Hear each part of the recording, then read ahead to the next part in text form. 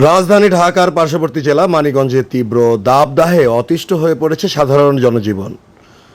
টানা 10 দিনের গরমে শূন্য হয়ে পড়েছে মহাসড়ক, ফলে যাত্রী শূন্যতায় ভুগছে ছোট বড় যানবাহনগুলো। খুব গরম, গরম তো আছেই। মনে করেন যে রৌদ্রের নিচেও গরম, উপরেও গরম, প্রচুর কষ্ট হয়। তবু তো পেশা এটা করতেই হবে। আমি 2টার থেকে রাত 8টা-9টা পর্যন্ত করবো। পরিমাণ গরম বর্তমানে মানিকগঞ্জের পরিস্থিতি তো গরমের কারণে রাস্তাঘাটে চলাচল একদম আরব দেশের মতো হয়ে গেছে প্রায়।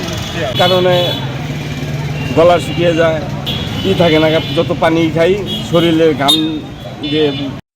এদিকে তীব্র দাবদাহে রোগীদের সুরক্ষায় মানিকগঞ্জে 250 শয্যা জেলা হাসপাতালে রাখা হয়েছে বিশেষ সুরক্ষা ব্যবস্থা, এমনটি জানিয়েছেন হাসপাতাল কর্তৃপক্ষ। ডায়রিয়া রোগীটা আগের চাইতে হয়তো বা 2-1 জন বেশি বেড়েছে, আর শিশু রোগী এখন স্বাভাবিকই আছে।